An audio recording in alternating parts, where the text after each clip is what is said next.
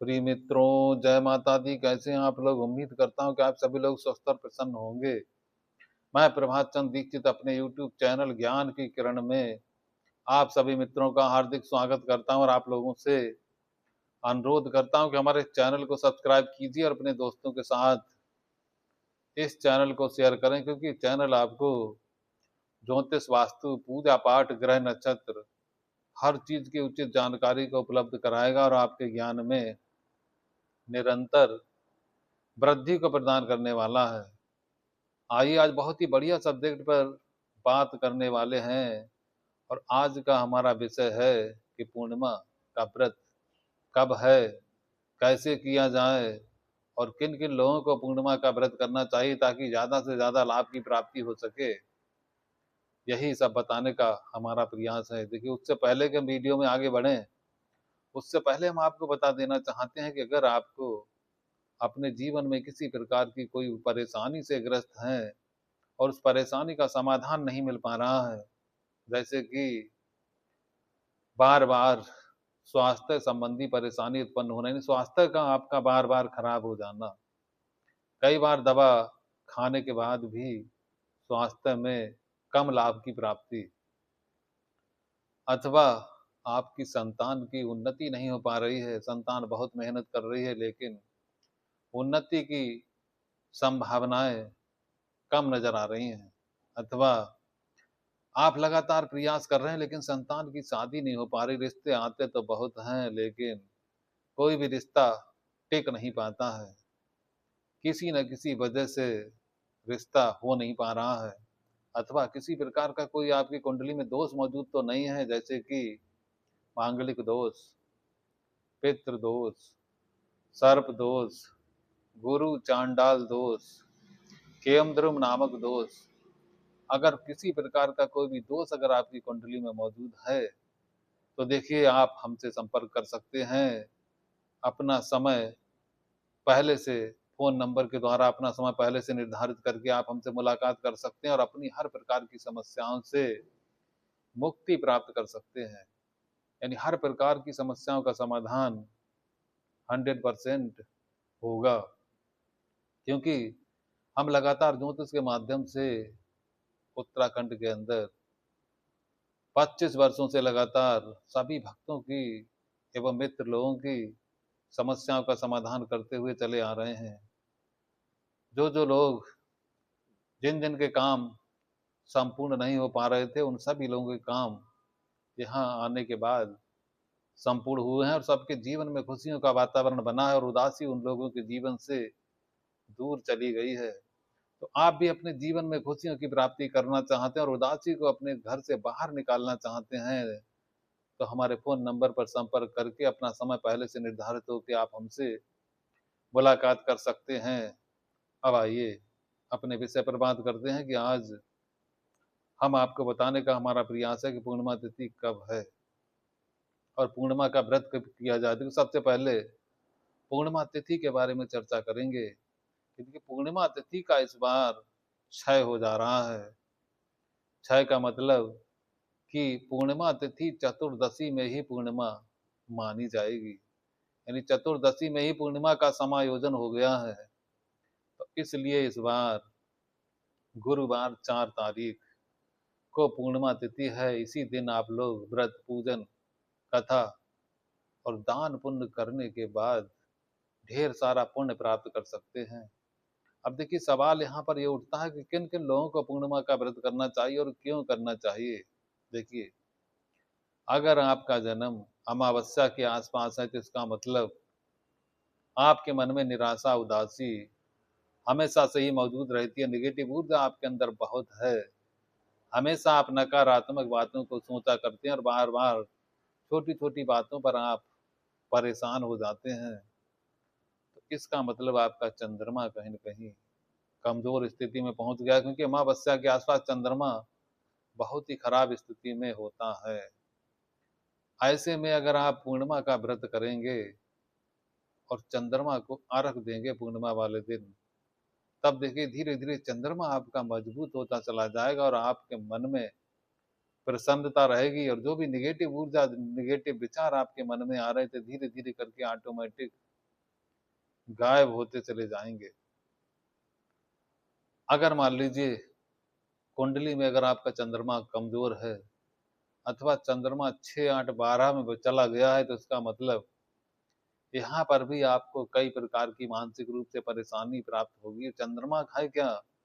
चंद्रमा हमारी 5 इंद्रियों का कारक है, और चंद्रमा शरीर में ब्लड की सप्लाई है, उसको करने का काम चंद्रमा का ही है। तो इसलिए अब देखिए, जिन जिन लोगों का चंद्रमा कमजोर होता है उन लोगों के लिए जाड़ों के दिनों में कोल्ड कफ, सर्दी जुकाम, निमोनिया और सांस लेने में बार बार दिक्कतों का सामना करना पड़ता है। तो ऐसे में अगर आप पूर्णिमा का व्रत करेंगे तो आप इस प्रकार की समस्याओं से निजात पा लेंगे, और आप धीरे धीरे ही सही सारी स्थितियां आपके फेवर में आती चली जाएंगी।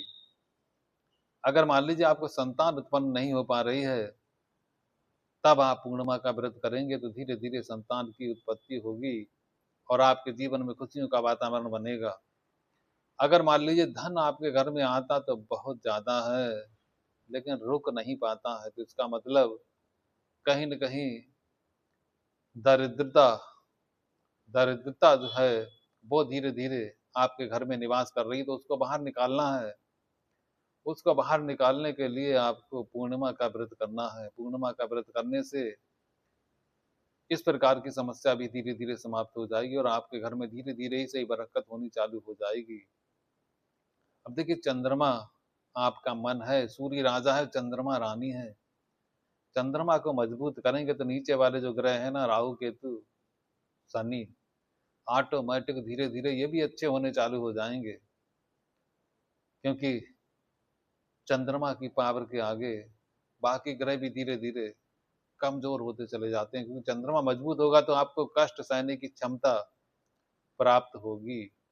जब कष्ट सहने की क्षमता आपको मिल जाएगी तो फिर राहु केतु शनि कितना ही ज्यादा आपको परेशान कर लें, कुछ भी ज्यादा होने वाला नहीं है। तो इसलिए पूर्णिमा का व्रत बहुत ही ज्यादा फायदेमंद साबित होने वाला है।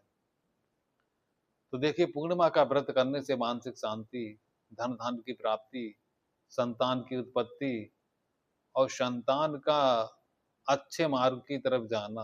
अगर मान लीजिए आपकी संतान बुरे मार्गों की तरफ जा रही है, तब भी आप पूर्णिमा का व्रत करके विष्णु भगवान से प्रार्थना करके अपनी संतान के लिए अच्छी संगति और अच्छे मार्ग के लिए भगवान विष्णु से प्रार्थना करेंगे तो आपकी संतान की बुद्धि धीरे धीरे ऑटोमेटिक सही होती चली जाएगी और आपकी संतान आपका नाम रोशन करेगी। अब यहाँ पर सवाल उठता है कि व्रत को कैसे करें, क्योंकि अगर सही तरीके से अगर आपने पूर्णिमा का व्रत किया तब आपको ज्यादा फायदा की प्राप्ति होगी। अगर आपने सिस्टम सही तरीके से उसको नहीं किया तो फिर भी 50% तो फिर भी आपको फल उसका प्राप्त होगा।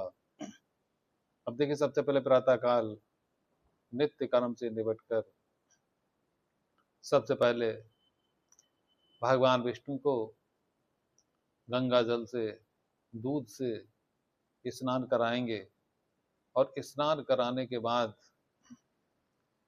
फिर उनको धूप बत्ती दिखाने के बाद सबसे पहले एक दीपक का निर्माण किया जाएगा और उस दीपक को भगवान विष्णु के सम्मुख जलाएंगे।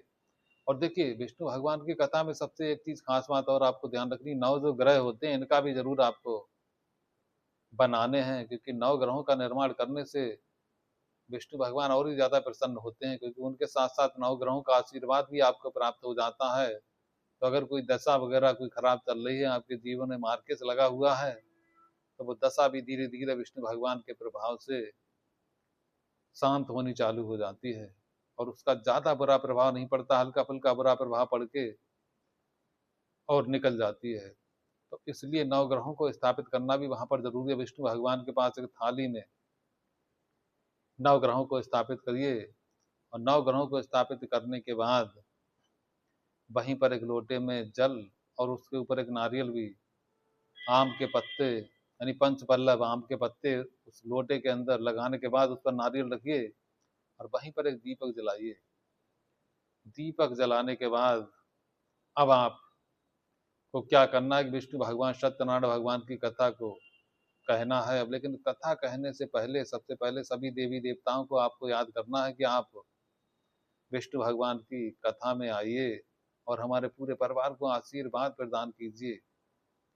तो देखिए, सबसे पहले सभी देवी देवताओं को अपने घर में बुलाने के लिए सबसे पहले कम से कम 5 मिनट तो गणेश जी का ध्यान करना ही पड़ेगा। ओम गम गणपते नमः, इस मंत्र का 5 मिनट सबसे पहले मंत्र कीजिए, ताकि सबसे पहले गणेश जी वहां पर आ जाएं। और गणेश जी आएंगे तो उनके पीछे पीछे सारे देवी देवता आपकी कथा में शामिल हो जाएंगे और ढेर सारा आपको आशीर्वाद देंगे।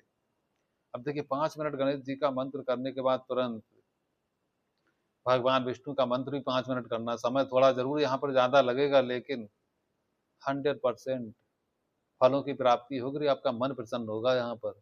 अब देखिए, 5 मिनट क्या करना है। ओम श्री कृष्णाय परपूर्णतमाय नमः, विष्णु पुराण का सबसे सुंदर मंत्र। ओम श्री कृष्णाय परपूर्णतमाय नमः, विष्णु भगवान का ये सबसे सुंदर मंत्र अगर 5 मिनट आप करेंगे तो विष्णु भगवान लक्ष्मी जी सहित, गणेश जी के साथ, रिद्धि सिद्धि सहित वहीं पर आ जाएंगे आपकी कथा में। अब आप भगवान सत्यनारायण की कथा को कहना प्रारंभ कीजिए और कथा को कहने के बाद भगवान जी को, विष्णु भगवान को, गणेश लक्ष्मी सहित सभी को भोग लगाइए और उसके बाद आरती कीजिए और उसके बाद प्रसाद को ग्रहण कीजिए। ऐसा करने से देखिए, धीरे धीरे ही सही 100% फलों की प्राप्ति होगी आपको। क्योंकि कोई भी पूजा पाठ अगर सिस्टम से की जाए तो बहुत ही ज्यादा करोड़ों गुना फल प्रदान करती है। इसीलिए पूजा पाठ दो धारी तलवार अगर अच्छी तरीके से करेंगे तो उसका 100% फल प्राप्त होगा, वरना वो पूजा आपको खुद को ही नुकसान पहुंचाना चालू कर देगी। तो इसलिए प्रत्येक पूजा को बहुत ही अच्छे तरीके से और पूरे मन से, और देखिए सबसे खास बात और भी आपको ध्यान रखने की, पूर्णिमा वाले दिन जिस दिन आपका व्रत होगा उस दिन किसी प्रकार का ज्यादा वार्तालाप किसी के साथ नहीं करना, निंदा चुगली से दूर रहना। देखिए, प्रत्येक प्राणी की एक आदत होती है, अपने बारे में कम सोचता है, दूसरों के बारे में लगातार ज्यादा से ज्यादा सोच विचार और वार्तालाप चलता रहता है। तो इसलिए एक दिन की बात है सिर्फ कि पूर्णिमा के दिन निंदा चुगली से दूर रहें, दूसरों की निंदा ना करें, अच्छे विचार मन में उत्पन्न करें। और पूर्णिमा का व्रत समाप्त हो जाए तो दूसरे दिन से जैसा मर्जी चाहे वैसा करें, लेकिन एक दिन के लिए 100% फलों की प्राप्ति के लिए बहुत ही सही तरीके से आपको रहना है और अच्छी तरीके से भगवान विष्णु का व्रत और पूजन करना है, ताकि पूरे परिवार का कल्याण हो सके और आपके जीवन में खुशियों का वातावरण लगातार बन सके और उदासी आपके जीवन से धीरे धीरे गायब हो सके। अगर इस तरीके से आप पूजा पाठ करेंगे तो आपका मन हमेशा ही प्रसन्न रहेगा। इस प्रकार से हमने आपको आज के वीडियो में भगवान विष्णु का, सत्यनारायण भगवान का व्रत कब करना चाहिए और पूर्णिमा कब है, इस बारे में यथासंभव बताने का प्रयास किया है। अगले वीडियो में बहुत ही जल्दी आप लोगों से मुलाकात करते हैं। अगर आपको हमारा वीडियो पसंद आए तो तुरंत लाइक कीजिए और चैनल को सब्सक्राइब करें और अपने दोस्तों के साथ इस चैनल को शेयर करें और कमेंट में ओम श्री विष्णुवे नमः, विष्णु भगवान का नाम लेते हुए कमेंट करिए।